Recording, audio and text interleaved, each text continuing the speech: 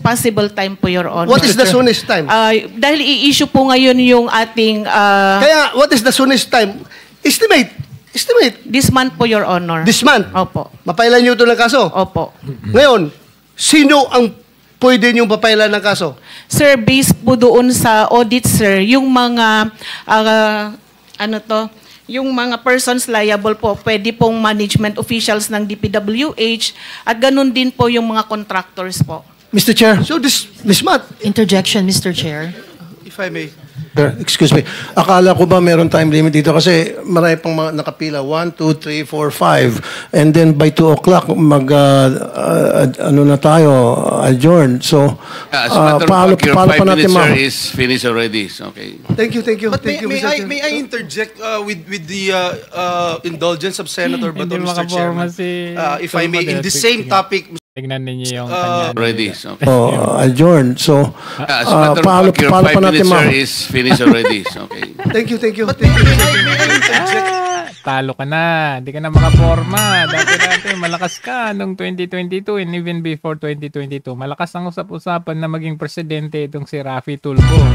Pero by looking at now, parang tae. Tingnan nyo. With the indulgence of Senator Bato, Mr. Chairman, if I may, in the same topic, Mr. Chairman, with regard to COA reports, Mr. Chairman, if I may, just a few queries, Mr. Chair.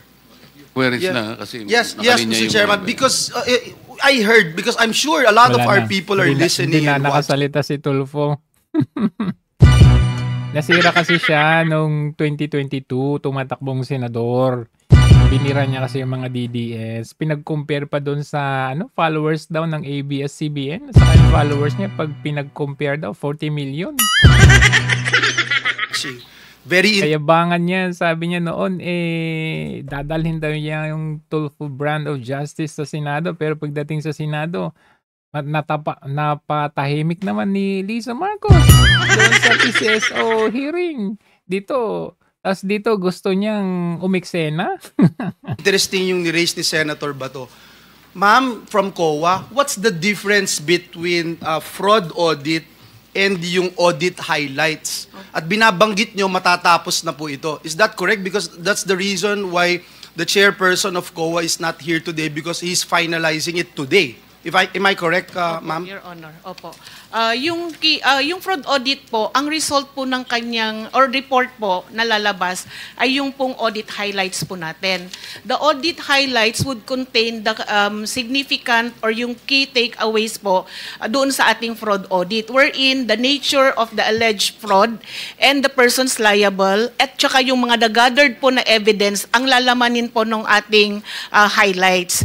Kailangan po ng due process, sir, kailangan po munang ipareceive doon sa mga persons liable para po mag-comment po sila at magbigay din po ng kanilang panig. Yes, now I understand. Okay? So, si Senator Bato, tinatanong niya yun, dun sa audit highlights, Senator dun naman si makikita yung nature ng alleged fraud, yung evidence gathered, and the parties involved. Am I correct? So, matatapos na po yan. Mr. Chairman, if I may respectfully move that we subpoena itong binabanggit ng ating guest from COA, yung matatapos nila na fraud highlights, immediately i-furnish ng copy itong Blue Ribbon Committee, even, Mr. Chairman, even while awaiting the response of the respondents.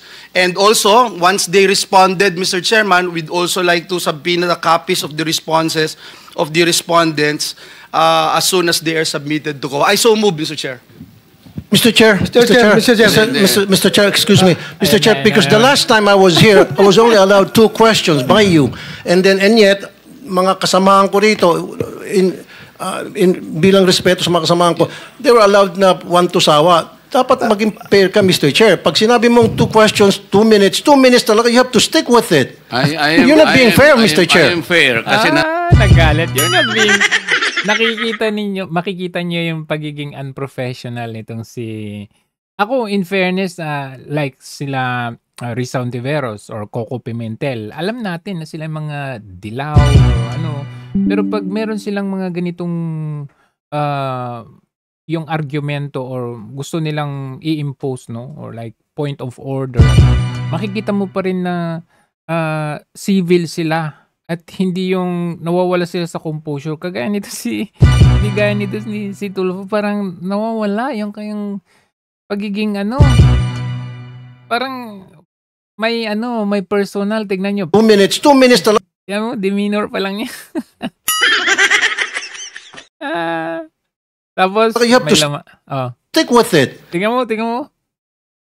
You're not Parang yung trato niya kay Senator Marcoleta parang nasa programa niya ba? Pinapagalitan niya. Tingnan niyo. You're not being fair. Fair, Mr. Chair. I am fair. Nilapitan siya ng galit na galit. Kasi nandito ka No. Kasi nung last time, sabi mo sa akin, 2 questions lamang. Sabi mo 1 question. Sabi ko, nagdabog pa. Lumapit si Jinggoy pala, nagdabog pa. Dapat hindi mo nila lapitan, Jinggoy. Dapat hinayaan mo lang. Tignan natin yung tapang niya. Sabi mo 2 questions. And now, pinapayagan wala ka sa programa mo. mo kahit na ilang questions. Be fair, Mr. Chair. Teka muna, bago tayo magkaroon ng impression na walang fair dito. Noon, sinabi ko Tapos, after yan, tahimik na siya, napatahimik. Wala na. Nga. in the earliest statement na nag-uumpisa tayo noon at kinakailangan nating mabakate ang plenary at exactly 2:15, kaya tayo nagmadali. Kaya naman sabi ko sa inyo, pasensya na muna. Ngayon, sa dami ng gustong magtanong, kaya binigyan natin ng tigpa 5 minutes ngayon. Kaya lang, I am following a schedule here. Ito pa yung nandito kung wala na si Senator Marcos, tapos ka na. Mr. Chair. Mr. Chairman, Chair, I akala ko made po a ako yung motion, sunod Mr. kay Chairman. Senator De La I have Rosa. a pending motion, Mr. Chair. I second the motion. Nagsingitan na silang lahat. Wala din nasabi si Tulfo. And duly Kasi seconded, Mr. tapusin Chair. muna natin yung Hindi kasi bitin na kasi Hindi nakakaintindi si Tulfo. Bakit? Nung last time nga kasi, kaya talagang limited yung time nung last time. Kasi meron silang plenary session ng 2 o'clock. Kaya talagang limited talaga time is time. Pero ngayon, hinahayaan niya yung iba na mag-interject or more than, ginawa nga niyang 5 minutes. Ay, nagagalit si Tulfo. Nakakala mo naman, magkakasama kayo dyan. Parliamentary yan eh. Tapos, tinatrato mo si Senator Marcoleta na para siya yung iniimbestigahan. For you, as a Senate body, to question yung kasamahan mo dyan sa Senado, dina-down mo din yung Senate as a whole. Wala ka sa programa mo eh. The way you treat people, ginagawa mo, dinala mo dyan sa Senate hearing. Pero nung panahon nung PCSO, wala ka naman napatunayan. Napatahimik ka ni Lisa Marcos. Doon sa PCSO na investigation, galit na galit ka nung una. Pangalawang hearing, wala. Tameme ka na. Hindi tayo, na para tayo nagpapatintero, Madam Kowa eh. Ang tinatanong napakasimple. Tapos parang inignore dito ni Senator Marcoleta yung ni Tulfo. Nagsalita na lang siya ng nagsalita. Paano niyong inaudit yung ghost? Bago po bayaran ng COA yan, pipirma ang resident auditor. Pati yung area auditor ninyo, meron kayong area director eh. Ibig nyo sabihin na bayaran ito nung walang pumirma na auditor? Your Honor, ganito po yung procedure natin. Wala na po tayong pre-audit, kaya po ang nagbabayad ay ang pumipirma na lang po. Wala akong pakialam sa pre-audit. I'm not Yan kasi yung bagay na hindi kayang gawin ni Tulfo. Si Tulfo, galit-galitan, tapang-tapangan, pero pag siya ay tinusok sa tagiliran, takot din yan. Doon si Marcoleta, nakita nyo talaga, wala siyang sinisino eh. Yan ang dapat kailangan natin, kaya biglang bumulusok pababa itong si Tulfo kasi hanggang salita baga. Asking you about the pre-audit. Meron kayong post-audit eh. Yes, Your Ito Honor. nangyari, ghost project eh. Opo. Tapos na tapos pero walang nangyari. Ang tinatanong namin sa'yo, sino ang pumirma? Bago mapirmahan yun, merong certificate of acceptance, merong certificate of completion, pipirma ang resident auditor. Hindi po pipirma ang resident Anong gagawin ng auditor, Your COA? Honor. Post-audit nga lang po. Kaya po... Ano nga yung post-audit? In your charter, Opo. magkaintindihan tayo. Ito yung inyong charter, sample of services listed in COA Citizens Charter. Financial audit, performance audit, compliance audit, fraud audit, special audit, notice of disallowance, notice of charge, notice of suspension. Among these, alin ang aakma doon sa performance ng contract? Opo. Nasaan kayo? Papasok po siya sa compliance, sir. Sus Mariosep, Opo. wala nga compliance eh. Ganito po, Your Honor, marami pong observation ng mga auditors natin pagdating po sa compliance nila sa procurement. Sinong mag-a-avail ng compliance? Hindi Sino pa- yung auditee? DPWH po sa case po natin ngayon, Your Honor. So anong nangyari? Marami pong observation ng mga auditors natin, sir, pagdating po sa compliance nila ng 9184. Kapag ba ang chairman mismo ang pumunta rito, he can present better questions than you, answers than you?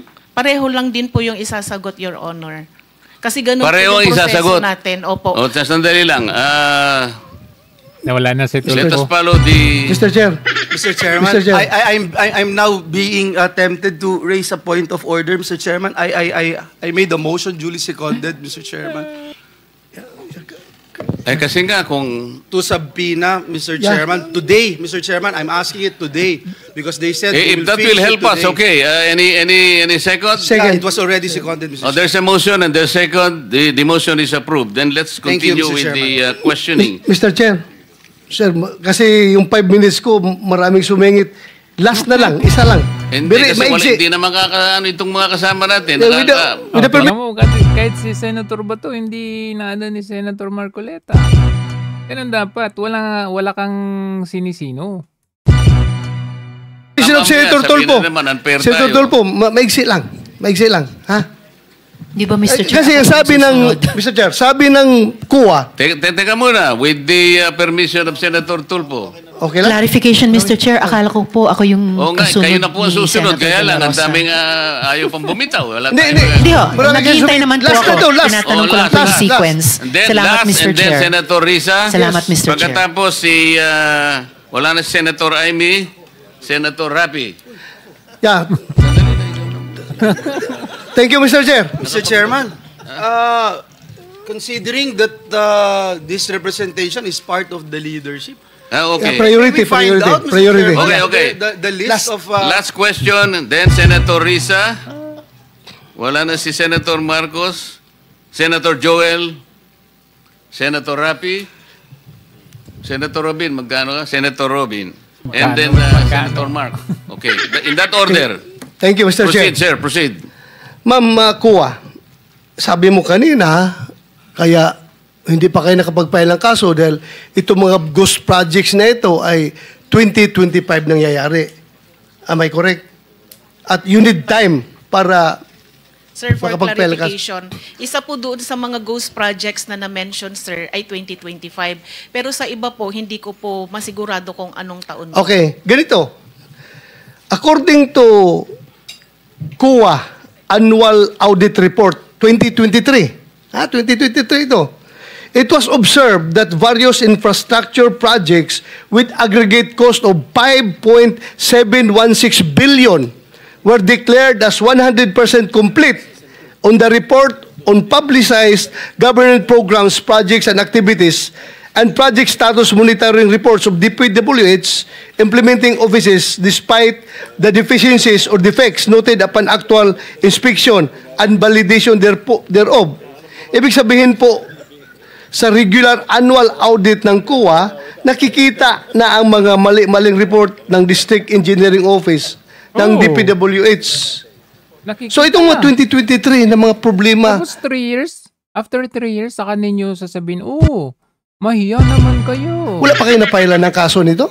Your Honor, yung iba po dyan kasi, kinorek na nung contractor yung mga noted deficiencies. Yan ang mali. Kinorek daw. Blacklisted sila. Tapos after 1 year, pwede na raw ulit. Saan ka makikita? Di ba ganun tayo pag sa trabaho, pag ikaw ay sinisante dahil blacklisted ka, never ka na makakabalik doon. Dito, blacklisted ka kasi may issue sa corruption sa'yo. Tapos, after 1 year, pwede na raw, kinorek na raw. Yung iba naman po, nagbayad na po yung mga persons liable. Nagbayad. At doon sa mga nakorek, kahit nakorek po, meron din pong mga pinataw or nakolektang liquidated damages po. Grabe, ano? So, Delikado. meaning, wala talaga nakasuhan. Kasi Wala. naayos nila. Wala. Naayos nila ito lahat. Kasi 5.716 billion Wow. pesos na projects. Sabi mo, So, anong silbi ng COA? Anong silbi ng ating mga AMLAC? Wala. Anong silbi ng SEC? maraming deficiencies. Tapos Po yung wala total- nakasuhan. Yan po yung total contract cost, Your Honor, yung 5.7. Yes. Opo. So wala nakasuhan ito. It's Transactions, and I remain firm Grabe, no? in my commitment to transparent and honest service. I am for accountability. Let me repeat, let us make accountable for all those responsible. So, okay, no? I-summarize ko lang ito, no? I mean, ito, matatapos na naman itong Senate hearing ito under Senator Marcoleta, no? Hindi naman sa sinasabi natin na walang kwenta or walang mapupuntan ito. Pero at the end of the day, ang mananaig pa rin dito yung administrasyon. Sila pa rin yung mananaig dito dahil kayang-kaya nilang manipulahin. Nakita naman ninyo. Sabi ng DPWH, hindi sila kasama at ang kontraktor ang gumagawa ng kabalbalan. Pero lumalabas na parang ayaw din nilang sumagot, ayaw din nilang makipag-cooperate. So, ibig sabihin, kasama sila doon sa pangi-scam, pangungurap. Kasi bakit hindi sila nagtutulungan? Ultimo itong COA. Yung COA, makikita mo parang dinidepensahan pa yung mga contractors, yung mga DPWH dyan. So, ang tanong dito, mag-i-investigate tayo dito sa Senate hearing. Pero, lagi silang nagde-deny. May lies na nangyayari. Merong kung ano nung mga pasikot-sikot nilang pinagsasagot nila sa mga senador natin. Wala namang makukontempt. Wala namang makukulong. So, ano mangyayari sa end? Magsasubmit sila ng resolution. Tapos, ano mangyayari? Ipapasa nila sa ombudsman? Sino magiging ombudsman? Sinong bagong ombudsman natin? So, very questionable eh. Sinabi ni Marcos Jr., maalala ninyo, sinabi niya noong 2023. Sabi niya, bilang na ang mga araw nyo. Sabi niya doon sa mga rice smugglers at hoarders. Anong petsa na ngayon? 2025 na. Mag-2026 na. Matatapos niyan ka ng termino. Ni isa doon sa mga rice smugglers or smugglers at hoarders na yan. Walang nanagot. Walang nakulong. Ang daming araw nang dumaan, taon na nga ang dumaan. Pero wala. Tapos next year na naman, nagsona. Anong sabi niya? 5,500 flood control. Walang nangyari. Na-fact check siya ng weather. Ang sinabi niya lang, ang isa lang sa sinasabi niya, kasi sabi niya, kasi ang tanong natin, wala kang big fish na napakulong. Sasabihin niya, si Duterte. Hindi. Ang ginawa ninyo, yung kalaban lang ninyo, yun lang ang kanyang ipinakulong. Pero yung totoong kalaban ng bayan, hindi ninyo pinapanagot. Like sabi niya, all pogos are banned. Sabi niya, sabi niya, naban yung pogo, pinag-iimbestigan yung mga pogo personalities, pero kinukunik na naman sa Duterte. Pagkatapos niyan, pinaaresto si Duterte. Panay Duterte. Pero pagdating dito, maalala ninyo, yung smuggler noong 2023, lumabas ang pangalan ng kapatid ni Liza Marcos. Lumabas yung pangalan ni pangalan nito. Yung Inchik, yung kasama ni Martin, nakalimutan ko yung pangalan. Pero hindi nila pinapanagot yung mga yon. Pero pagdating sa Duterte, anong ginawa nila? Pinakulong nila, nililink nila, pati yung missing sabongeros, nililink nila. Tapos ngayon, sasabihin niya, mahiya naman kayo, kasama doon sa nilistahan niya ng mga 15 contractors ay yung SunWest. Nandito sa hearing ngayon, yung representatives lang SunWest, pero wala si Zaldico. Never na binisita ni Marcos Jr. yung mga lugar na proyekto ng SunWest na ni Zaldico. So, ang tanong dito, meron bang mananagot dito? May malaking tai ba na mapapanagot dito? O matatapos na lang ang termino, panay ganito na lang tayo?